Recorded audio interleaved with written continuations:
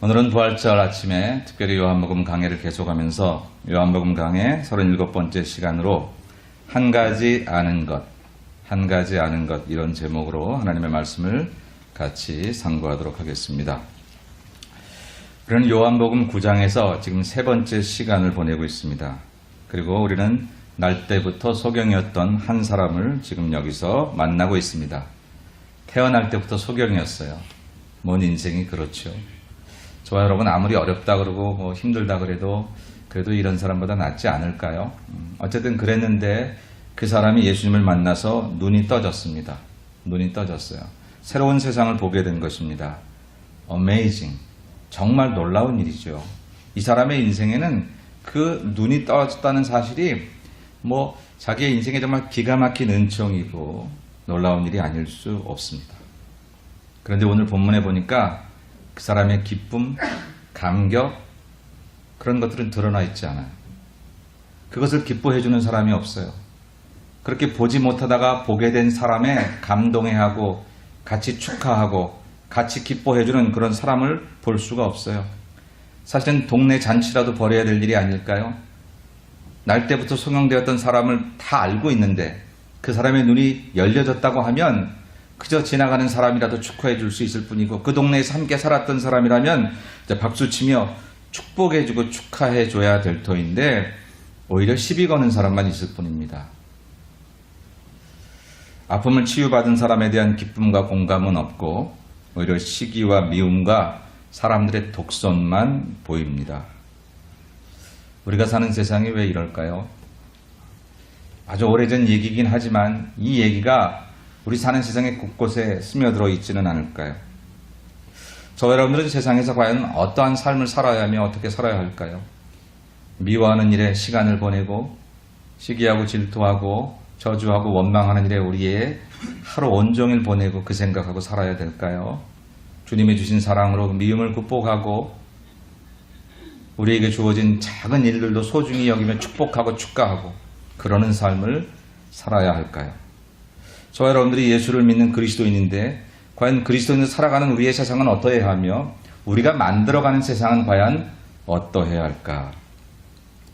이번에 여러분 들어오시다 보셨는지 모르지만 새가족 우리 게시판들을 싹 다시 새롭게 만들었습니다. 그 중에 하나가 새가족 게시판이 있는데 거기에 이런 성경 구절이 있습니다. 즐거워하는 자들과 함께 즐거워하고 우는 자들과 함께 울라. 로마서 12장 15절의 말씀입니다. 즐거워하는 자들과 함께 즐거워하고 우는 자들과 함께 웃는 세상, 공감할 수 있는 세상, 너의 것이 나의 것으로 인식되고 공감될 수 있는 너의 아픔이 나의 아픔이 되고 너의 즐거움이 나의 즐거움이 될 수 있는 세상, 그것이 예수께서 만드시려고 했던 그런 세상이 아니겠나. 그런데 잠언서에 보니까 사람이 초상집에 가서 울기는 쉬워도 잔치집 가서 웃기가 더 어렵다, 그렇게 이야기를 하고 있습니다.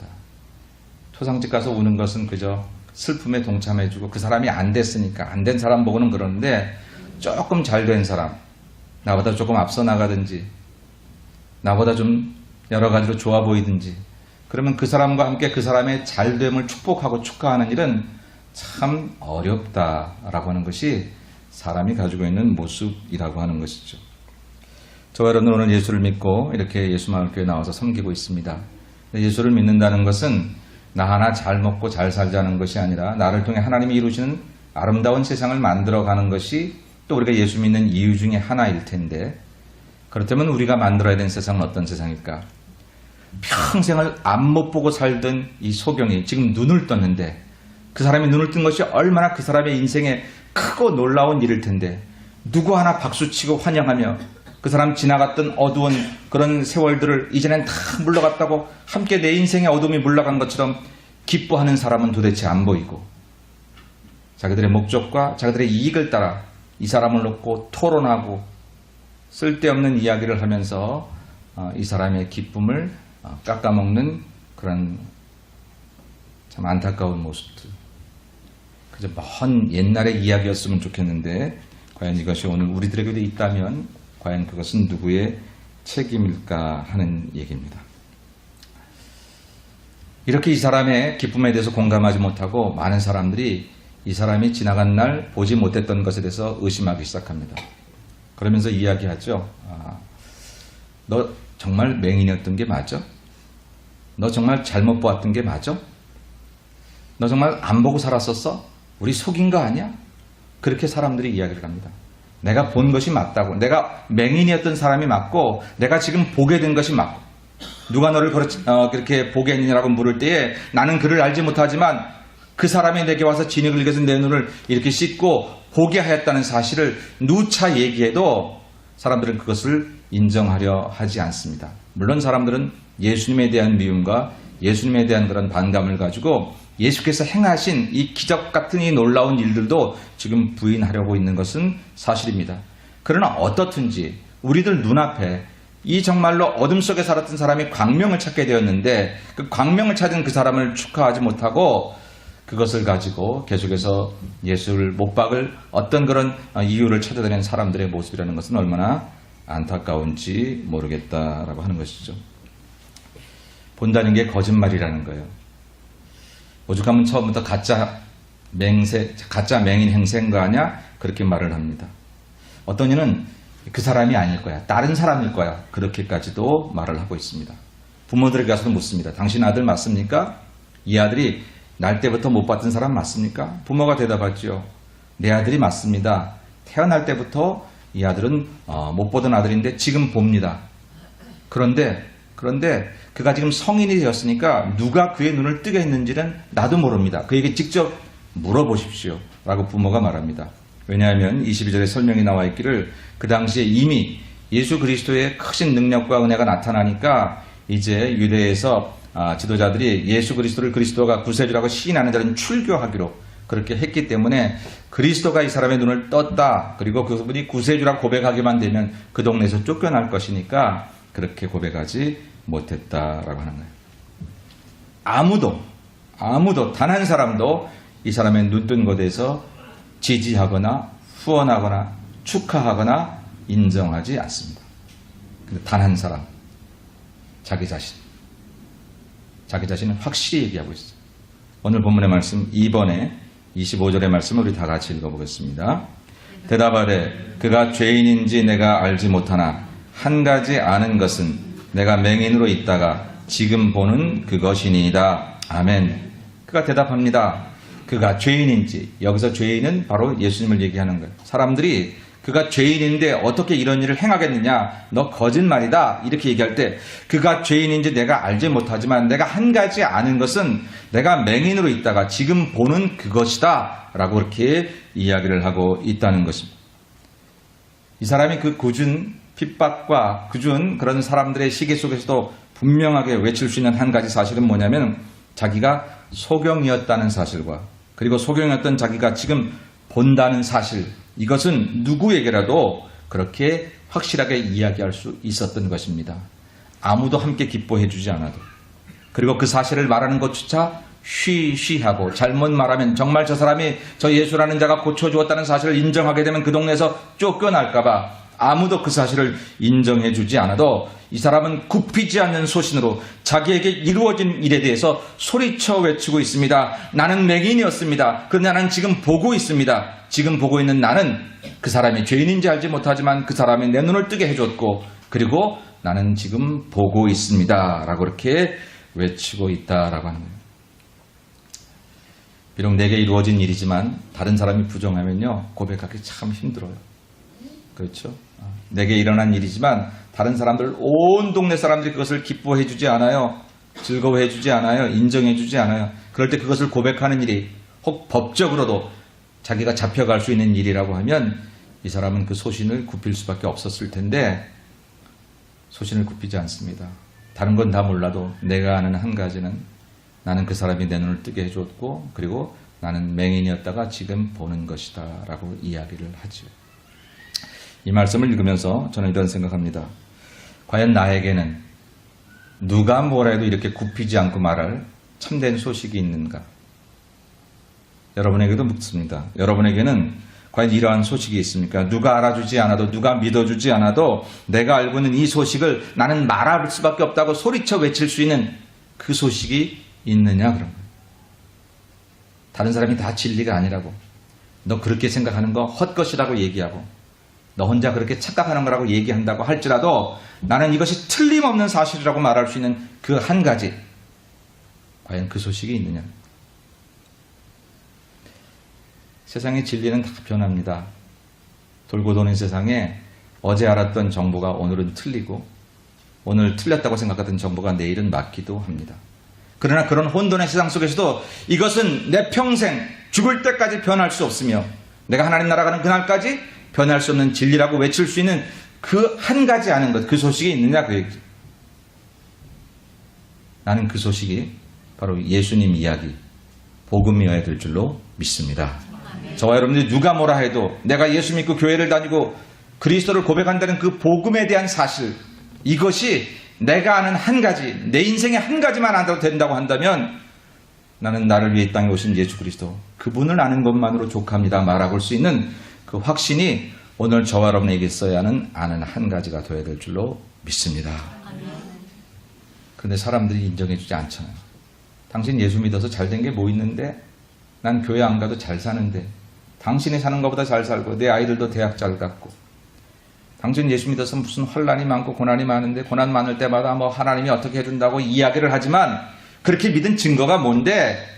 누가 내 믿음을 인정해주지 않고 누가 내 믿음을 알아주지 않고 오히려 조롱하고 오히려 나를 세상적인 조건과 환경 때문에 멸시하고 내 믿음을 인정해주지 않는다고 할지라도 다만 내가 한 가지 아는 것은 그리스도께서 이 땅에 나를 위해 오셨고 그분을 통해 십자가와 부활을 경험한 나는 결국 그분 앞에 돌아가는 인생이라고 하는 것, 예수님 그분이 복음이며 그분이 내 인생의 가장 좋은 소식이고 나는 그 소식만으로도 내 인생은 성공한 것이라고 외칠 수 있는 바로 그 소식, 그게 바로 복음인 줄로 믿습니다.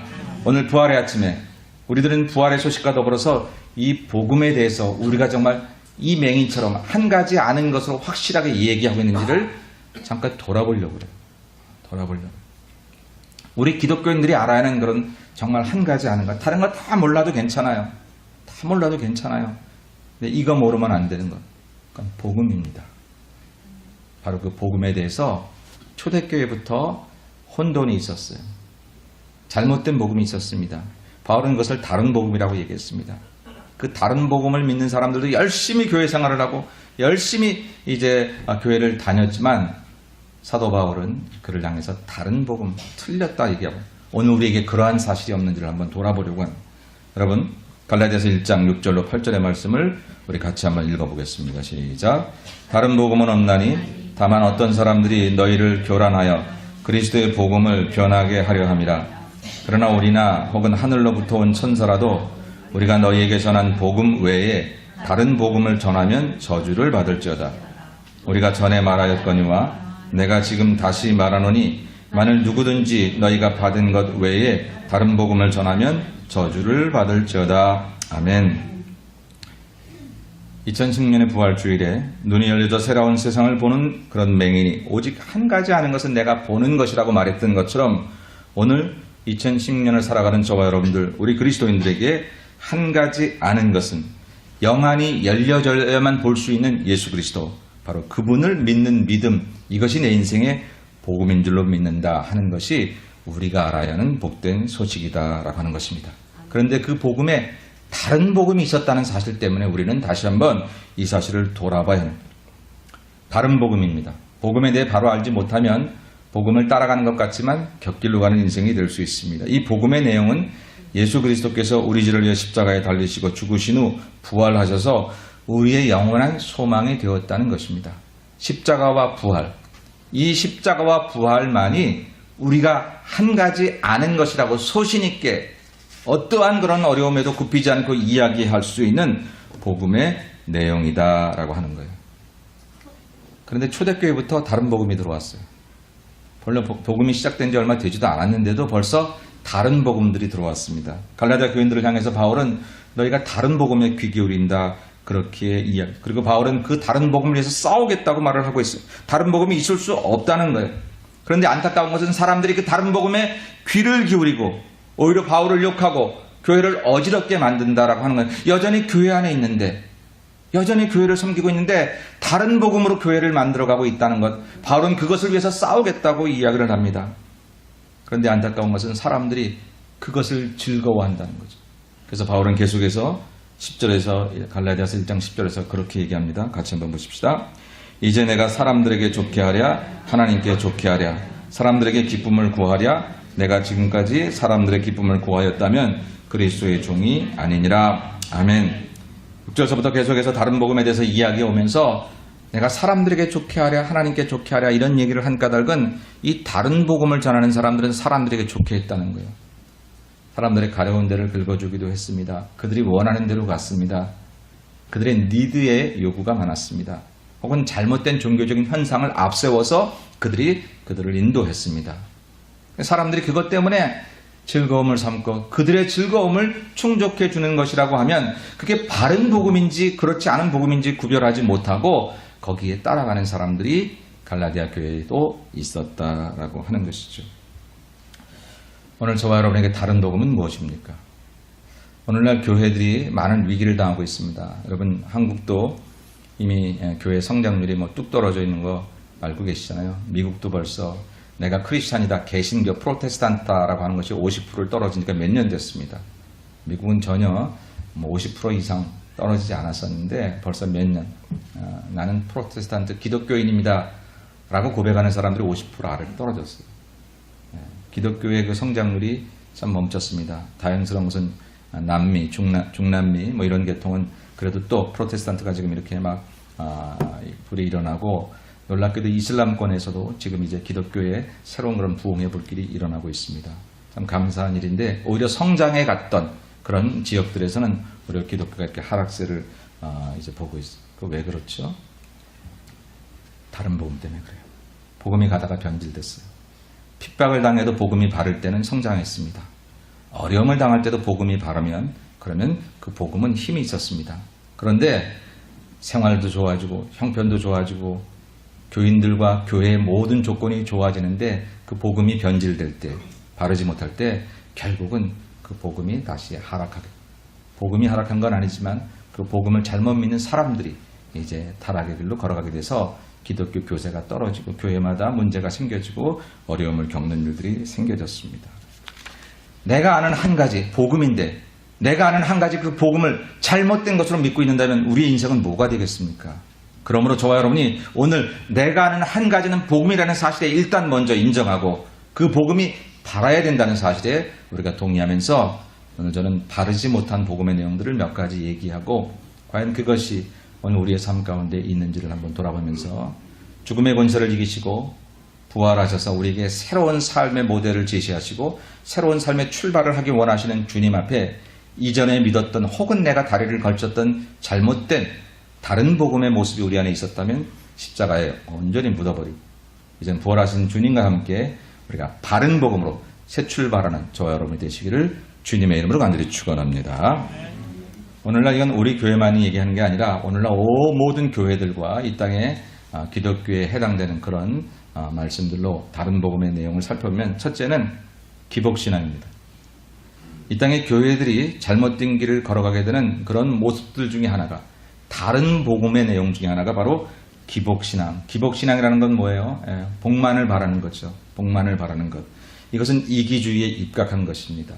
이타주의, 너를 위한 삶이 아니라 온전히 나만을 위한 삶에 입각한 그런 이제 기복신앙이 있다는 것.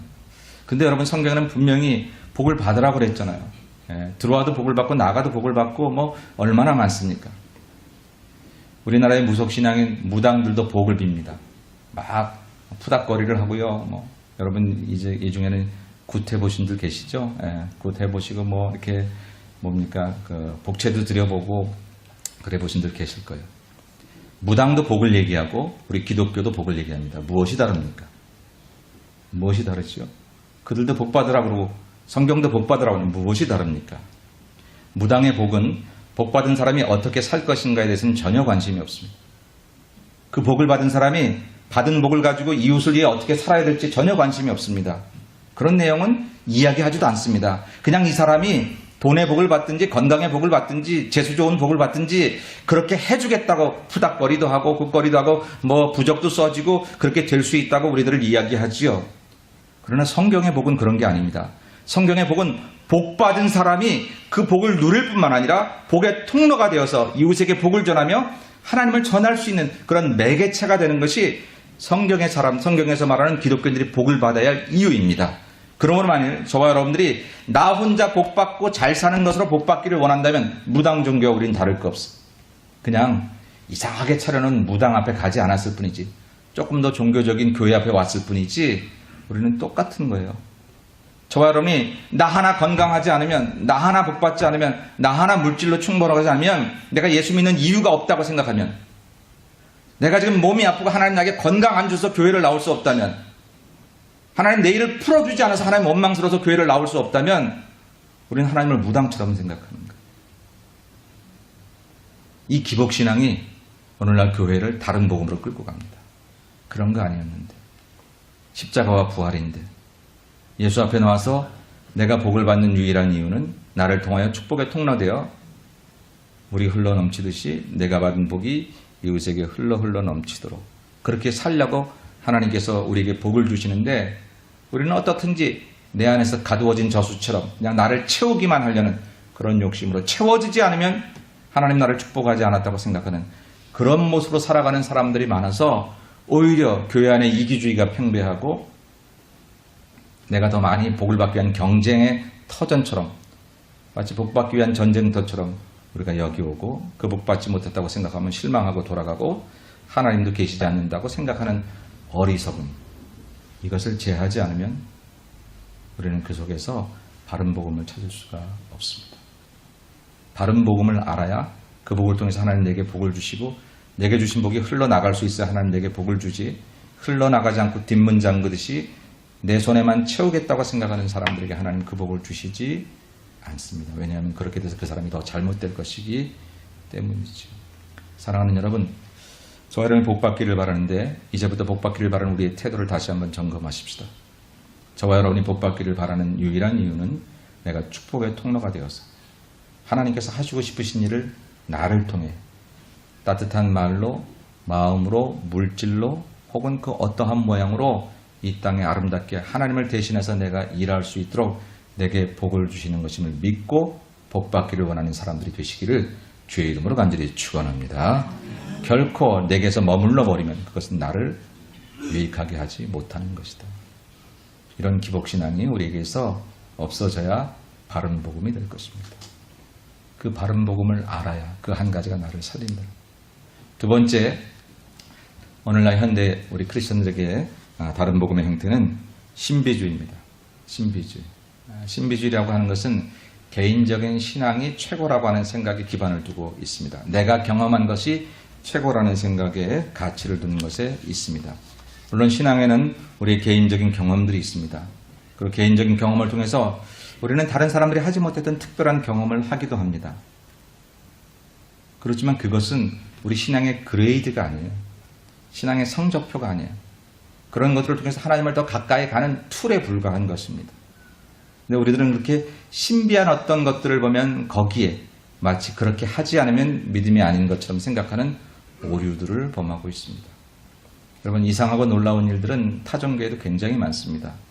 지금도 힌두교 사도들은 요가를 해가지고 히말라야 산속에서 그 설산, 그 눈만 덮인 그 빙하와 같은 설산에서 그저 팬티 한 장만 입고 요가를 해서 온몸에 땀을 뻘뻘 흘리면서 수양을 하기도 한답니다. 추위를 타지 않고.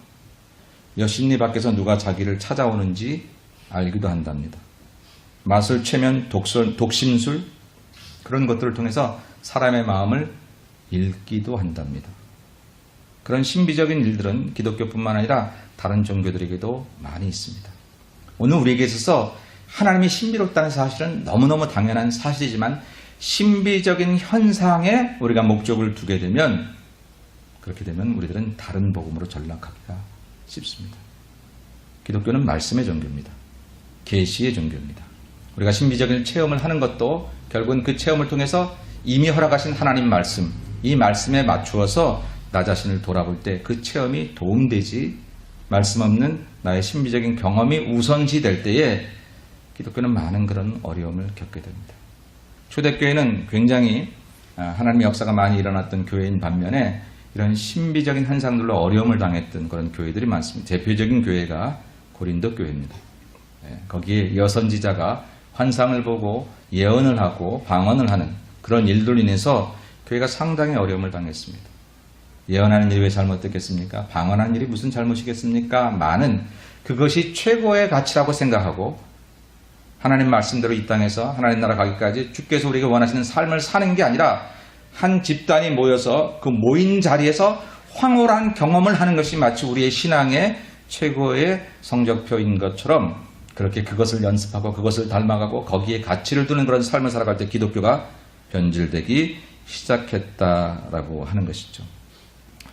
여러분, 우리에게 주어진 가장 큰 신비는 뭐냐면요, 우리가 예수님을 안다는 거예요. 어떻게 우리가 예수님을 알아요? 이 땅에 70억이 넘는 그렇게 수없이 많은 사람이 있는데 저와 여러분이 뭐가 대단해서 예수님을 알까요? 그리고 더욱더 놀라운 것은 우리가 그분을 닮아가려고 한다는 거예요. 그분을 닮아. 예수님이 뭐 이상한 소리 내면서 기도하거나 뭐 그러지 않으셨잖아요. 수많은 사람들이 예수 이름 가지고 자기가 신비적인 현상을 얘기했던 것들이 마치 그것이 특별한 일인 것처럼 할 때에 왜 우리가 그런 사람들을 닮아가려고 거기를 따라가려고 하죠? 예수를 닮아가야지. 예수님 닮아가는 게 우리 인생의 가장 큰 신비고 예수 안에 생명 있고 예수 안에 능력 있고 예수 안에 참 신비가 있어요. 비밀이 있어요. 예수님 안에 이 땅을 구원하신 하나님의 계획이 있어. 이 비밀은 눈이 열려진 자, 오늘 날 때부터 맹인되었던 자가 소경이 되니까 전에 보지 못하던 새로운 세계를 보는 것처럼 우리가 그 비밀을 발견할 때 나 하나 예수 믿고 구원받는 것이 얼마나 하나님 편에서 놀라운 일이었는지, 나는 나보다 하나님 생각이 얼마나 위대한 존재인지, 나 같은 것 쓰셔서, 나 같은 것 부르셔서 나를 통해서 이 이민사회를 어떻게 새롭게 하시려는지, 나 같은 것 부르셔서 이 예수말교를 어떻게 대단하게 하시려는지, 내가 하는 일이 아니라 하나님께서 그렇게 하시기 위해서 나를 붙드셨다는 그 비밀을 알게 될 때 그때 우리의 인생은 정말 최고의 가치가 있고 복되고 아름다운 하루하루를 살아가게 될 수 있는 줄로 믿습니다. 사랑하는 여러분, 예수 그리스도가 신비시고 그분을 닮아가는 것이 신비입니다. 신비적인 현상에 몰두하다 보면 다른 복음으로 빠지게 되지요. 물론 기도하다 입신할 수 있습니다. 기도하다 신비적인 체험을 할 수 있습니다. 다 좋습니다. 여러분 기왕이면 그렇게 체험하십시오. 그런데 그것이 최고의 가치라고 생각하지 마십시오. 그것은 예수 그리스도를 알아가는 걸음에 불과한 것입니다. 오늘 한국교회가 신비주의에 잠시 빠졌습니다. 세계교회가 신비주의에 빠져서 예배를 드리면서도 특별한 체험을 할 때 그 체험들이 강한 역사를 일으켜서 한때는 캐나다의 토론토에 또 지금 캔자스 시티에 또 미국의 곳곳에서 그런 영적 체험들을 얘기하는 사람들이 많아졌습니다. 그들을 전적으로 부정할 수는 없지만 그들이 내세우는 그것이 신비적인 현상만이라고 하면 무슨 문제가 있는 것이죠. 잘못하면 다른 복음으로 빠지게 된다는 것입니다. 세 번째, 오늘 기독교가 빠지기 쉬운 다른 복음의 내용은 뭐냐면 인본주의예요. 인본주의. 기독교는 철저히 신본주의입니다. 신본주의. 불교를 제가 다 아는 건 아니지만 불교에 믿는 사람들은 자기가 부처가 될 수 있다고 그러는 거 아니에요. 내가 득도하면, 깨달음을 가지면 득도해서 내 안에 부처 있고 내가 부처가 되는. 근데 우리 예수 믿는 사람들은 우리가 예수가 되는 게 아니잖아요. 우리가 하나님 되는 거 아니잖아요. 우리가 하나님 닮아가고 예수님 닮아가는 것이죠. 철저하게 구별이 있습니다. 철저하게 신본주의입니다. 우리는 하나님의 그 그늘 가운데 사실 범접할 수도 없는 그런 죄인들이었습니다. 그래서 구약에서는 하나님의 얼굴을 뵈면 죽는다고 이야기할 정도로 그렇게 철저한 두렵고 떨리는 그런 신앙을 가졌었어요. 근데 오늘날 교회들이 인본주의로 바뀌어가기 시작합니다. 하나님이 원하시는 것이 교회에서 사라지고 그 사람이 원하는 것이 교회에서 소리를 내기 시작합니다. 하나님이 바라시는 것에 순종하기보다 그 사람이 원하는 것들이 이제 서로 이렇게 연결되어서 교회에 드러나기 시작합니다. 주의 종들이 하나님이 원하시는 것을 선포하지 못하고 사람들이 원하는 것에 대해서 선포하기 시작합니다. 신본주의가 사라지고 인본주의. 여기 하나님이 사라지고 아무개 목사, 아무개 장로, 아무개 권사, 처음 교회를 세운 자, 헌금 많이 낸 자, 목소리가 큰 자, 투정하는 자, 원망하는 자, 그런 자들의 손길이 입김이 커지고 그런 자들의 모습이 드러날 때 어떻든지 그것을 잠재우기 위해서 그 누군가가 거기에 맞춰 가다 보면 이상한 퍼즐이 만들어지죠. 교회가 아닌 교회, 복음이 아닌 복음, 하나님이 아닌 하나님.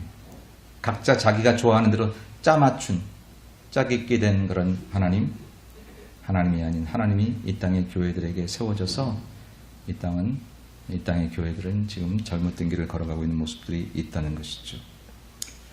신본주의 신앙은 철저하게 하나님 중심이지만 인본주의 신앙은 모든 중심이 인간입니다. 내 행복을 위해 하나님이 존재하지요. 내 행복을 위해 교회가 존재합니다. 내 행복을 위해 이웃도 존재합니다. 내가 우주의 중심입니다. 내가 행복하지 않으면 교회도 하나님도 내게 중요하지 않습니다. 신앙도 그렇습니다. 나 중심으로 맞춰가야 돼요. 교회도 나 중심으로 맞춰가야 되는 것. 인본주의. 이것이 교회를 변질시킵니다. 하나님이 원하시는 것들이 사라지고 하나님이 기뻐하시는 것들이 교회에서 춤을 추고 모든 성도들이 이것이 하나님이 기뻐하시는 일인지 거기에 초점을 맞추고 거기에 마음을 맞추고 자기의 마음과 생각을 갖고 다듬고 조각하듯이 그래서 주께서 원하시는 그 아름다운 형상을 만들어가야 하는데 저마다 자기의 소견대로 내가 옳은 것들을 주장하고 교회는 그것을 짜집기 하고 그러다 보면 다른 복음으로 변질될 수 있다는 것입니다.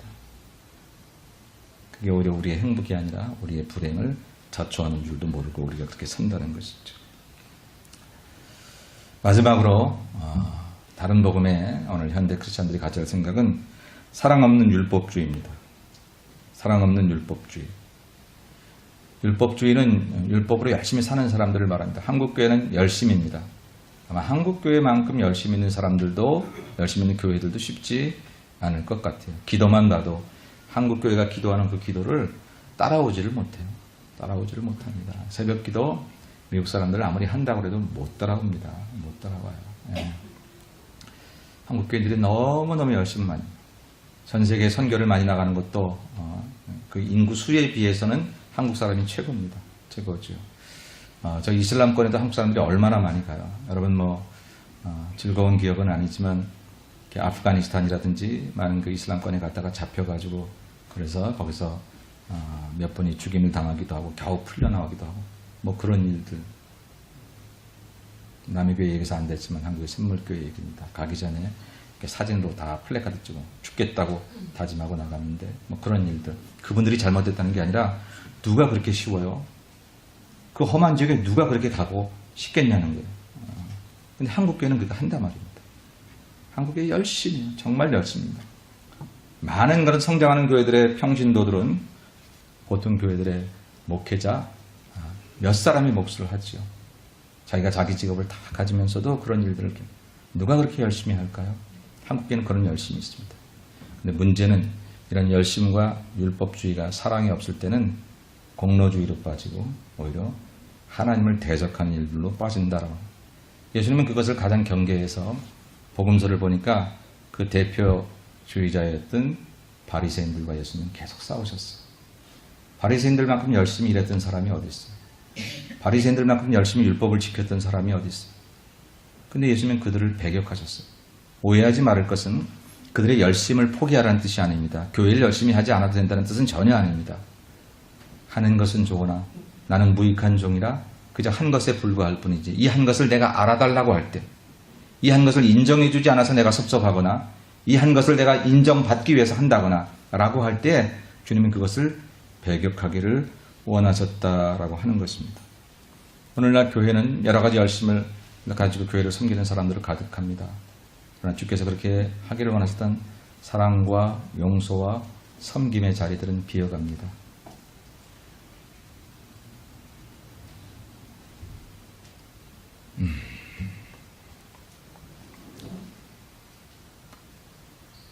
사랑하는 여러분, 우리가 함께 모여서 이렇게 있는 이유가 뭘까요? 예배드리고 설교 끝나고 밥 먹으면서 또 나의 옳음을 인정하고 나의 옳음 때문에 나와 같지 않은 다른 사람을 옳지 않다고 얘기하고 그렇게 얘기하기 위해서 우리들은 예수 앞에 나오나요? 주님의 방법대로 하십시다. 주님은 그 옳지 않은 사람들 위해 섬기셨습니다. 사랑과 용서로 사셨습니다. 십자가 앞에 다 가지고 가셨습니다. 주께서 모든 불의함과 자기를 배신하는 사람들의 그 배신까지도 십자가에 가지고 가실 때 하나님은 아들 예수님을 그 십자가에서 그 죽음에서 건져내시고 모든 무릎을 그 앞에 꿇게 하셨습니다. 근데 우리는 그 예수를 따라가는 사람들인데도 불구하고 너무 예수님의 방법대로 하려고 하잖아. 교회 예수가 없어졌어요. 이렇게 표현해서 정말 죄송하지만 교회 예수님이 안 계셔요. 예수님이 어떻게 말씀하셨는데 그렇게 관심하는 사람이 없어요. 목사님이 어떻게 말했는데, 장로님이 어떻게 말했는데, 권사님이 어떻게 말했는데, 아무개가 어떻게 말했는데, 모두 다 거기에 관심이 있어요. 그 사람 말에 쫓아가야 돼요. 힘이 있는 사람 말에 쫓아가고 자리에 있는 사람의 말에 쫓아가는 것에 관심을 가지지만 예수께서 어떻게 말씀하셨는데, 예수께서 어떻게 하라고 하셨는데 거기에 관심 갖지 않아요. 성경은 더 이상 우리에게 살아있는 교과서가 아니라 옛 고전처럼 가끔씩 한 번씩 읽어보는 그런 말씀으로 전락해 버렸어요. 내 생활과 내 방법과 내 경험으로 살아가다가 그냥 가끔 필요하면 한번 쳐다보는 그런 말씀에 불과하게 되어졌다라고. 사랑하는 여러분, 오늘날 교회들이 복음으로 바로 서야 되는데 다른 복음이 들어와 있습니다. 그 다른 복음을 가지고 사도 바울은 내가 이 복음과 다른 복음과 싸우겠다고 선포할 만큼 그렇게 바른 복음을 해치는, 그것을 즐거워하는 사람들이 많아지는 그런 것입니다. 근데 그것이 옛날만이 아니라 지금도 있다는 것이죠. 우리들은 복음 한 가지만으로도 살 수 있어요. 근데 안 그렇잖아요. 예수 하나만으로 못 살잖아요. 왜 그래요? 아이, 어떻게 신앙만 가지고 살아? 어떻게 예수님만 가지고 살아? 아니요. 바른 복음이 아니라서 그래요. 내가 만든 복음, 내가 원하는 복음, 다른 복음. 그것 가지고 살아가니까 복음 하나만으로 충분하지 않아요. 바른 복음 그거 하나를 바로 만나면, 바른 예수님 그분을 바로 만나면 그분 한 분만으로 충분할 수 있을 텐데, 우리가 그분 하나를 만나는 게 아니라 내가 되고 싶고 하고 싶고 내가 만들고 싶은 내 예수, 나의 복음을 가지고 그렇게 우리가 섬기니까 충분하지 않아요. 교회를 다녀도 그렇게 행복하지 않아요. 오늘 죽음과 사망의 권세를 모두 십자가에 묻으시고 죽음의 무덤에 묻으시고 다시 부활하신 주님을 기억하는 이 부활절에 사랑하는 여러분, 여기 있는 정 목사부터 시작해서 저와 여러분 모두가 다 우리가 생각했던 우리의 복음들을 십자가에 묻기를 소원합니다. 무덤문에 다 이제 내가 생각하는 나의 무덤, 잘못된 복음들을 묻어야 돼요. 제가 크게 얘기했지만 이게 다 우리 안에 작게, 기복신앙, 여러분 중심만으로 생각하는 거 있었잖아요. 내가 잘 돼야 하고, 나 아프면 모든 거 다 그만, 나 행복하게 해주지 않는 예수, 별 볼 일 없고 십자가에 묻어야 된다. 내가 행복하지 않아도 내가 그분을 섬기러 온 거지. 나한테 잘해주지 않은 것 같아도 내가 그분을 섬기러 온 것, 그게 진짜 복인 것을, 하나님께 가까이 하는 것이 복인 것을 깨닫게 될 때 그때 진짜 행복해질 수 있습니다. 신비주의 말씀에 입각하지 않고, 이 신비주의라고 하니까 뭐 아주 이상한 체험만을 하는 게 아니라 자기 생각, 자기 경험에 빠져있는 사람은 다 신비주의예요. 어떻게 말씀이 우리 가운데 이렇게 왔는데 우리가 그 말씀에 거하지 못하고 내 생각에 빠져 있겠습니까? 인본주의, 하나님 중심으로 삶, 내 삶의 주님이 중심이, 주님을 통해서 내 스케줄이 움직여야 돼. 그런데 나 중심으로 주님이 따라와 주시면 그것으로 족한 우리의 모습들을 한번 바꾸십시다. 안 바꿔서 행복하지 않아요. 교회 다니도 별거 없는 것 같은 것은 내가 신본주의로 살지 않기 때문이에요. 여러분, 우리가 많이 불평한, 하나님 나에게 축복을 안 주는 것 같고, 뭐 교회가 그냥 나에게 기쁨을 안 주는 것 같고, 이런 불평 저런 불평 많은데 왜 그래요? 신본주의 아니라서 그래요. 하나님 중심으로 살지 않아서 그래요. 그리고 사랑 없는 율법주의. 예수 마을은 공동체입니다. 혼자 사는 곳이 아닙니다. 우리가 사는 공동체에 열심히 섬기는 건 너무너무 귀하지만 사랑이 없으면 모든 것 다 울리는 꽹과리고 소리나는 구리와 같다고 말씀하셨습니다. 예수님을 따라가고 예수님 말씀대로 살아야, 그래야 우리가 복이 되는 것인데, 우리는 어느덧 여기서 예수님 없어지고 예수님 말씀 없어지고 그냥 이 교회에 친숙한 그런 소리들로 가득 차 있지는 않도록 하십시다. 사랑하는 여러분, 정 목사의 소리를 잊어버리십시오. 목사의 마음에 맞추려고 생각하지 마십시오. 만일 목사님이 하나님 보시기에 바르지 않은 길을 간다면 여러분 기도하시고 저를 위해서 오십시오. 그러나 여러분을 위한 목사로 맞추려고 하지 마십시오. 다른 사람을 나를 위한 성도로 맞추려고 하지 마십시오. 나에게 맞는 장로, 나에게 맞는 권사를 찾으려고 하지 마십시오. 하나님 앞에 맞는 장로, 권사를 찾으십시오. 우리의 기준은 오직 유일하신 하나님 한 분뿐이십니다. 그분을 서로 어느 자리에 있든지 서로 닮아가려고 할 때 우리가 같이 어우러질 수 있고 한 피바다 한 몸 이룬 형제가 되는 것이나 내 중심에서 다른 사람을 바꾸려 할 때 우리들은 그 교회를 통해서 그 자리를 통해서 참 행복을 얻을 수 없습니다. 다른 복음이 갈라디아 교회에 들어와서 많은 성도들을 혼란케 했습니다. 오늘 이 땅의 교회들에게 다른 복음, 비슷한 모양을 가지고 있어서 복음이라고 말하지만 복음 아닌 것들, 사랑하는 여러분, 우리 경계하십시다. 우린 다만 아는 한 가지, 바른 복음을 한 가지만 알아도 충분히 살 수 있는 사람들인데 그럼에도 불구하고 우리가 복음 하나로 예수님 하나라도 만족하지 못하고 산다면 그건 예수가 부족해서가 아니라 내가 본질적인 예수의 모습을 잘못 알고 내가 원하는 다른 것들을 만들었기 때문이라고 하는 것입니다.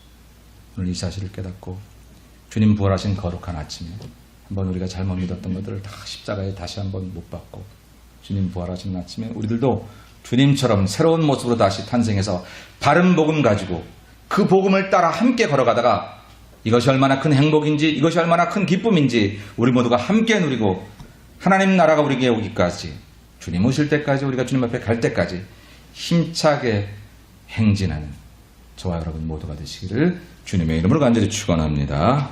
기도하겠습니다. 하나님, 오직 십자가와 부활만이 참된 복음인 줄로 믿습니다. 오랫동안 교회를 다니다가 하나님, 나는 얼마나 내가 좋아하는 행복을 위한 당신을 찾았는지요. 나를 행복하게 해주고 나를 즐겁게 만들어주고 나를 복되게 만들어줄 하나님을 얼마나 찾았는지요. 나는 고쳐지지 않고 나는 달라지지 않고 나를 위해 하나님을 맞추다 보니까 우리는 교회를 다녀도 능력도 없고 은혜도 없고 기쁨도 없었던 삶을 살았던 것이 또 얼마나 많았는지요. 오늘 이제 십자가 앞에 무덤 앞에 모든 것을 묻고 부활하신 거룩한 주님을 찬양하는 이 아침에 그냥 우리가 그런 것이 있었다면 그 모든 것들을 다 다시 한번 부활절이 가기 전에 다 묻기를 소원합니다. 오늘 예배를 마치면서 우리가 그 모든 것들을 십자가 앞에 묻고 부활하신 주님 따라 바른 복음을 가지고 다만 내가 아는 한 가지 이 복음만으로 나는 행복하다고 탐대하게 그 누구에게라도 소신 있게 외칠 수 있는 하나님 당신의 백성들이 다 될 수 있도록 은총을 베풀어 주시옵소서. 거룩하신 예수님의 이름으로 간절히 기도 올리옵나이다. 아멘.